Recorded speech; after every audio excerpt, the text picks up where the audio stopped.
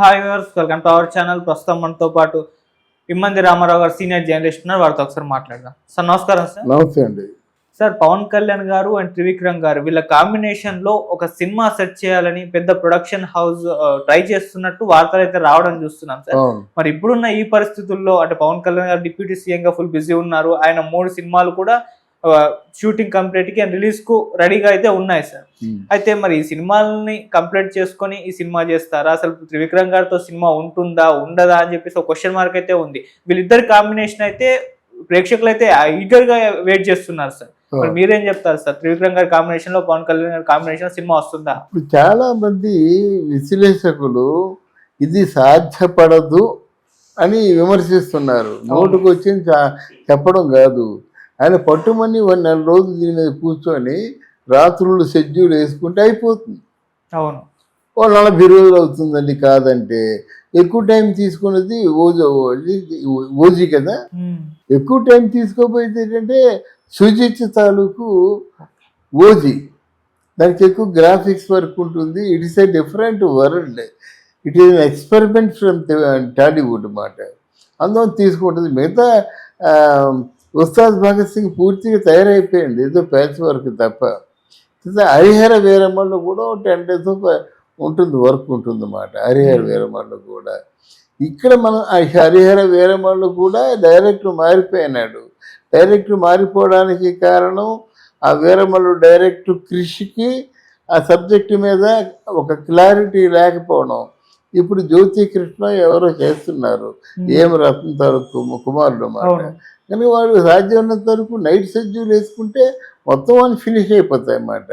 ఇకపోయినడితే మనమే చెప్పుకున్నాం, పవన్ కళ్యాణ్ మాత్రం సినిమాల్లో నటించకుండా ఉండకూడదని. సినిమాల్లో నటించండి, మిమ్మల్ని ఎలా మీ చుట్టూ మీ తాలూకు స్నేహితులయ్యారు, వారసులయ్యారు. మీ సినిమాల్లో నటించే నటన ప్రధానంగా ముందు మీరు నటించిన నటన మెచ్చే మీ వెనక తిరిగారు. అందులో మీ గుణాలు, మీ నిజాయితీ, మీ పౌరుషం అంతా నచ్చి మీ వెంట తిరుగుతున్నారు. కానీ ఎంత లేకుండా సినిమాలో నేను నటించడం దూరంగా ఉంటానంటే మాత్రం దెబ్బతింటాడు పవన్ కళ్యాణ్.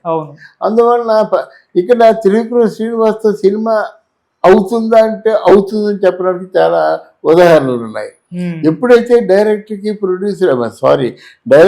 హీరోకి మంచి అండర్స్టాండింగ్ ఉందో అప్పుడు వాళ్ళు చాలా చాలా ఈజీగా అంటే ప్రొడక్షన్ చేయగలుగుతారు. దానికి for example Sardar Paparayudu cinema చేసినప్పుడు ఎన్టీ రామారావు గారికి మొట్టమొదటిసారిగా మేము పనిచేస్తానికి తెలుస్తుంది. సర్దార్ పాపారాయుడు సినిమాకి మొట్టమొదటిసారిగా క్రాంతి కుమార్ అనే ఒక క్లాసిక్ డైరెక్టర్ ఉండేవాడు. ఆయన ఒకసారి దాసరి గారి ఇంటికి వచ్చి వెళ్దామండి రామారావు గారిని ఇలాగా సినిమా అనుకుంటుంటే, పర్వాలేదు బ్రదర్, సాధ్యమైనంత తొందరలో చేసేయండి. కానీ అప్పుడు బాగా రామారావు గారు బిజీగా ఉండేవారు కదా సర్దార్ పాపారావు టైంలో. అంటే ఎన్ని డేట్స్ ఇస్తారు అంటే ఒకే అప్ టు 40 చేసుకోండి అని చెప్పారన్నమాట. You believe it, that was done by only 28 days. This is the record. Sardar Paparayudu అనే సినిమా ఎన్టీ రామారావు గారితో 28 daysలో చేశారు.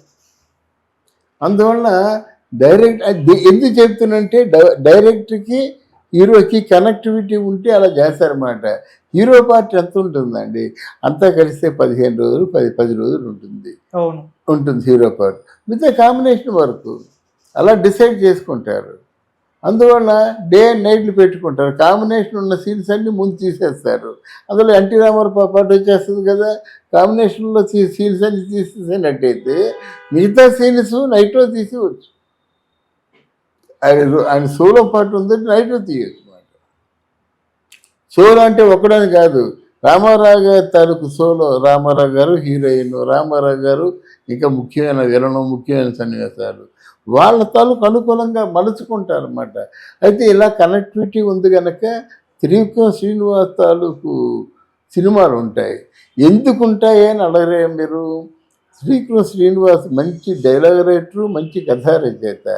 ఇప్పుడు ఈ పవన్ కళ్యాణ్ని జనంలో ఎంజీఆర్ లెవెల్లో తీసుకెళ్ళాడు.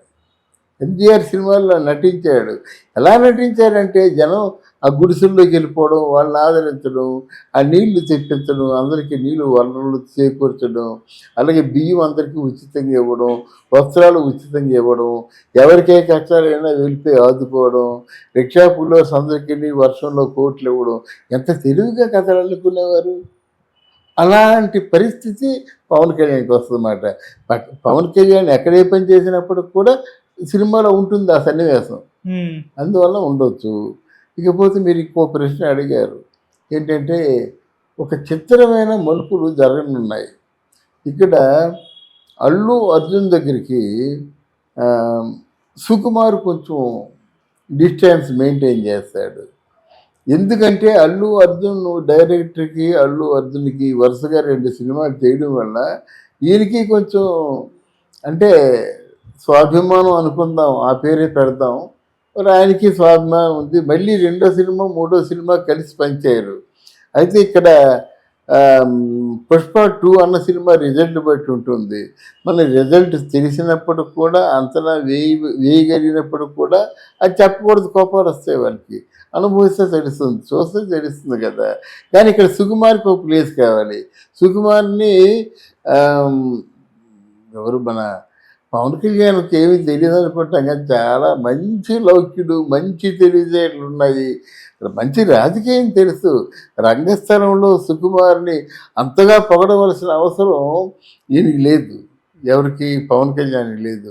ఎందుకు పోడారంటే నెక్స్ట్ డెఫినెట్గా రామ్ చరణ్తో సుకుమార్ కాంబినేషన్ ఉంటుంది, ఇది సత్యం. ఈ జీగర్లీ గేమ్ చేంజర్ తర్వాత అది ఆయన టైం చేంజర్. ఎవరికి? మన చరణ్ బాబుకి. ఆ గేమ్ చేంజరు అటు ఇటు సేల్ చేస్తుంది. మన ఆఫ్టర్ RRR ఇదే కదా సినిమా. అందువలన ఈ సుకుమార్తో కాంబినేషను, సుకుమార్ ఇంకో కథ రాసుకుంటాడు ఈయన బాడీ లాంగ్వేజీ తగ్గట్టుగా. ఎవరి body లాంగ్వేజీ? Ram Charan body language తగ్గట్టుగా కథ రాసుకుంటాడు. డెఫినెట్గా వీళ్ళ ఉద్దేశం ఇంకేం లేదండి, ప్రజల్లో మంచిగా వెళ్ళిపోవాలి. చిరంజీవి ఫైట్లు, డ్యాన్సులు ఇవన్నీ చేశారు, కానీ ఎలా కాదు, ప్రజల దృష్టిలో ఎలా తయారు చేస్తారంటే వెళ్ళి ఇప్పుడు వాళ్ళు నిజంగా మంచి పనులు చేశారు. ఇప్పుడు రామ్ చరణ్ ఉన్నాడు అనుకోండి, అనాథ పిల్లల్ని చదివిస్తున్నాడు, స్కూల్లో చేర్పిస్తున్నాడు, బట్టలు ఇస్తున్నాడు, ఆపరేషన్లు చేయిస్తున్నాడు, గుండె ఆపరేషన్లు, ఇవన్నీ ఉన్నాయి కదా. ఇవన్నీ సినిమాల్లో అట్లాంటి ఇమేజ్ని ఎస్టాబ్లిష్ చేయడం కోసం వాళ్ళు ప్రయత్నాలు చేస్తూ ఉంటారు. ఇది తారుమారు అవ్వబోతుంది. త్రివిక్రమ్ ఇటు వస్తున్నాడు, రామ్ చరణ్ అటు వెళ్తున్నాడు. ఈ పంపించింది కూడా పవన్ కళ్యాణే. అక్కడ మళ్ళీ బ్యాలెన్స్ చేయడం కోసం ఇక్కడ ఎవరు మన బన్నీకి డైరెక్టర్గా ఉంటాడు, మన పవన్ కళ్యాణ్కి డైరెక్టర్గా ఉంటాడు. ఇది రాజకీయం. Thank you so much sir. Thank you నాన్న.